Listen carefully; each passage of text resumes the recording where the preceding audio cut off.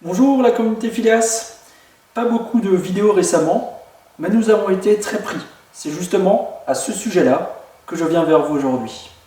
Une idée nous trotte effectivement dans la tête, à moi et à l'ensemble de l'équipe de Phileas Cloud depuis plusieurs mois.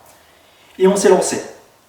Je suis très fier de vous annoncer, avec la collaboration de Holti Einarsson, le modeur de Haze, le lancement de l'atomiseur Bottom Feeder Alcatraz. Je vais donc aujourd'hui vous montrer de quoi il en retourne et essayer de vous expliquer ce que nous avons voulu réaliser.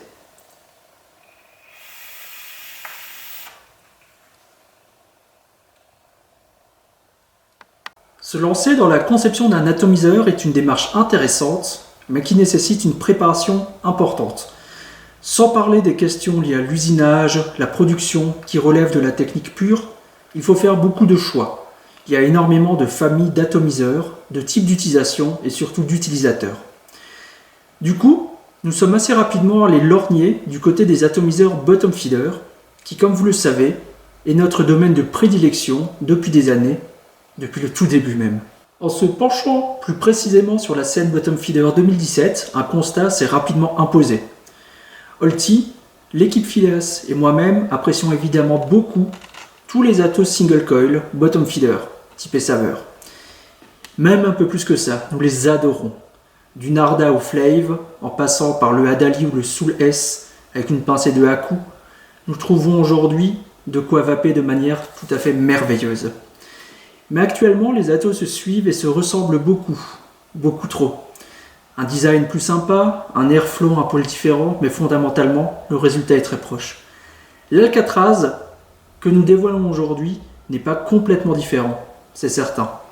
Mais il apporte un peu de changement sur les standards actuels. Gros plan. Niveau packaging, l'atomiseur est livré dans une boîte métallique arborant les couleurs de Haze. Logo, nom de l'atomiseur. Dévissons et voyons ce qui se trouve dedans. Protection. Nous allons trouver l'atomiseur, le fameux Alcatraz, et un sachet de spare, des joints. Extérieurement, c'est la sobriété qui prime.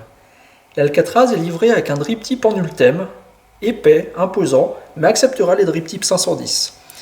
Il est réalisé en acier brossé et le top cap arbore 3 airflows. Oui, 3. 2 que vous voyez ici sur l'avant, un autre à l'opposé. Cela permettra bien sûr un réglage très précis, comme nous le verrons après. L'atomiseur fait 22 mm de diamètre pour une hauteur de 22 mm sans le drip tip. L'usinage global nous semble très satisfaisant, et que ce soit les matériaux, la conception, la réalisation, tout est fait en Europe, entre l'Islande, la France et l'Italie. Mais là où l'Alcatraz va commencer à surprendre, c'est une fois le top cap retiré. Cette jolie couleur ambrée, c'est de l'ultème poli à la main pour le coup. C'est bien plus joli. Et il s'agit d'un plug. Ce plug est utile à plusieurs choses. Tout d'abord, pour acheminer l'air, bien sûr. On va y venir rapidement. Ensuite, pour cloisonner un maximum le coil, qui sera placé donc dans l'ouverture. Nous savons que cela est important pour le rendu final. Ensuite, pour créer une cuve très appréciable au fond de l'atomiseur, une fois que nous le refermons. Et enfin, pour éviter une surchauffe importante du top cap, qui pour le coup ne chauffe quasiment pas. Et enfin, on trouve ça très beau. Une fois le plug retiré, les plots de montage se trouvent de part et d'autre de l'atomiseur. Ils ne sont pas sur le même plan, comme vous pouvez le voir.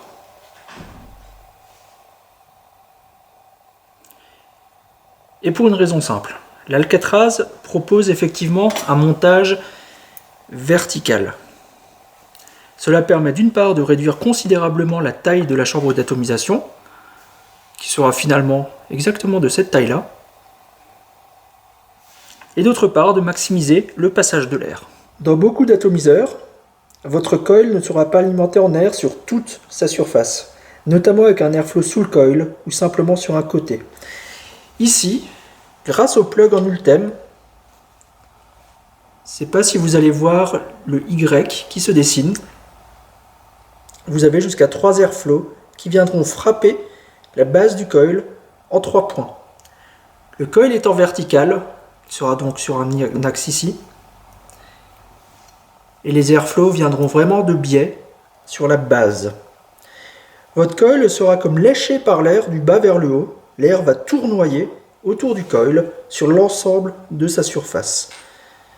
Sans parler du fait que la vapeur ira directement et totalement dans la bonne direction, sans être freinée sur son chemin naturel. Parlons un petit peu montage.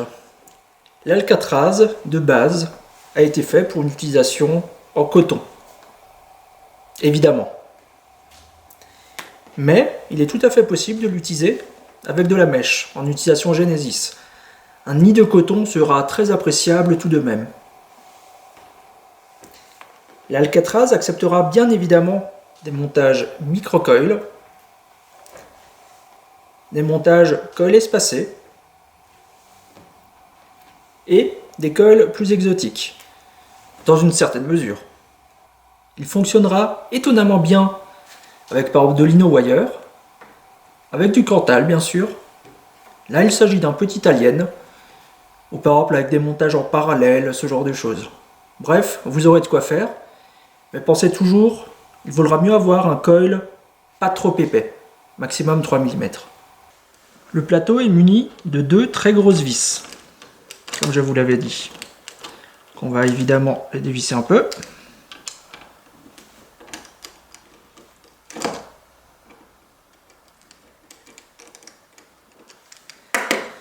Il s'agit donc de prendre son coil et de le placer verticalement.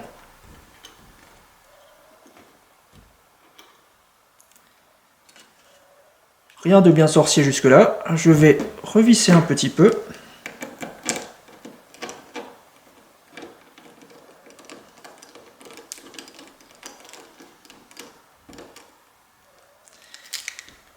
Et avant de revisser de l'autre côté, nous allons vérifier que le coil est bien aligné. Comme je vous le rappelle, il faudra bien sûr pouvoir mettre le plug sans qu'il touche l'Ultem. Ça peut paraître compliqué à certains comme ça, mais c'est juste un petit coup de main à prendre.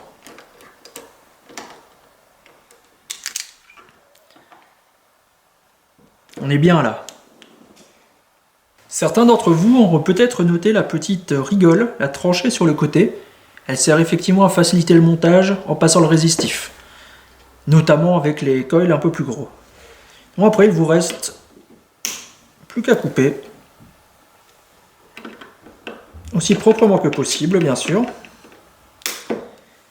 Et nous allons placer le coton. Le coton, c'est sûrement une des étapes qui sera la plus importante pour l'Alcatraz. Comme vous le devinez, nous allons bien sûr faire passer le coton dans le coil de cette manière. Une fois inséré, la problématique va être bien sûr de le tirer. Je vous dis problématique, mais ceux qui ont déjà utilisé un Origin Dripper V3 comprendront aisément. Il va falloir l'attraper par le bas et simplement le faire coulisser.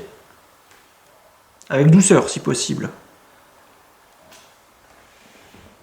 À partir de là, il y a plusieurs possibilités. Les premiers utilisateurs, soit mettre le coton uniquement d'un côté, le côté où la cuve est un petit peu plus grande, soit nous pourrons faire une espèce de S, c'est-à-dire repasser le coton par le dessous et le tirer de l'autre côté pour remplir intégralement la cuve. C'est personnellement ce que je préfère, mais libre à vous d'essayer, et je pense qu'il y a beaucoup de choses à faire à ce niveau-là. Coupons la partie haute. On va pouvoir la tailler d'ailleurs assez courte. La capillarité des cotons, si vous utilisez des choses correctes, est très bonne. Voilà donc l'Alcatraz monté et cotonné. Pour vous donner une idée, c'est à ce moment-là qu'on pourra mettre le plug et bientôt vaper. Imbibons notre coton. Soyons généreux, bien sûr.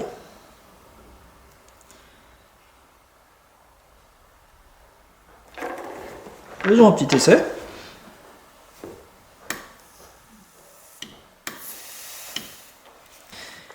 C'est donc maintenant qu'intervient le fameux plug. On va venir refermer tout ça. Ce que je vous disais un petit peu auparavant, c'est que le plug va effectivement créer une cuve dans laquelle va se trouver le coton. Et vu du dessus, comme nous avons fait les choses correctement, le coil est bien à la verticale, entre les parois.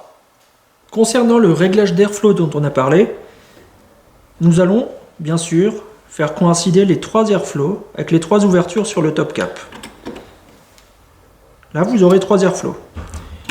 Vu que les airflows ne sont pas à intervalles réguliers, on pourra tourner le cap et choisir une position pour 2 airflows, voire pour un seul. Il suffit de trouver la bonne inclinaison. Avec ce montage, les 3 airflows vont être de rigueur. Yumi.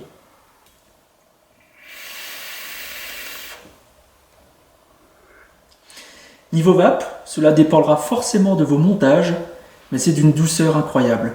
J'utilise présentement un Alien, un petit Alien, mais ce que je préfère, je pense, jusqu'à aujourd'hui, ce sont les montages en parallèle, même en utilisant du Cantel simple.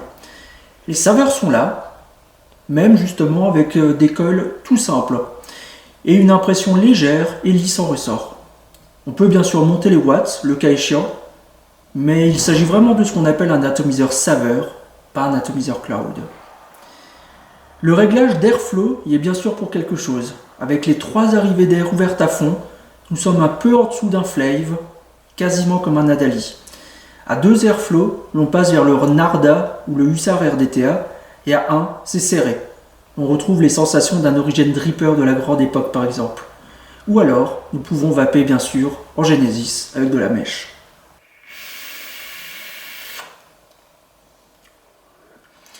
Vous voyez certainement un peu mieux où nous avons voulu en venir. Toutes ces idées nous ont vite amené à imaginer l'Alcatraz comme un atomiseur purement bottom feeder. Puisant nos inspirations sur les drippers saveurs actuels, mais aussi du côté de chez Norbert et de ses fameux origines, nous avons tenté de faire l'atomiseur de nos rêves. Nous pourrons toujours rêver plus fort, oui, mais cet Alcatraz nous plaît sacrément. Et c'est avec une impatience réelle que nous attendons vos premiers retours à ce sujet. A très bientôt la communauté Phileas.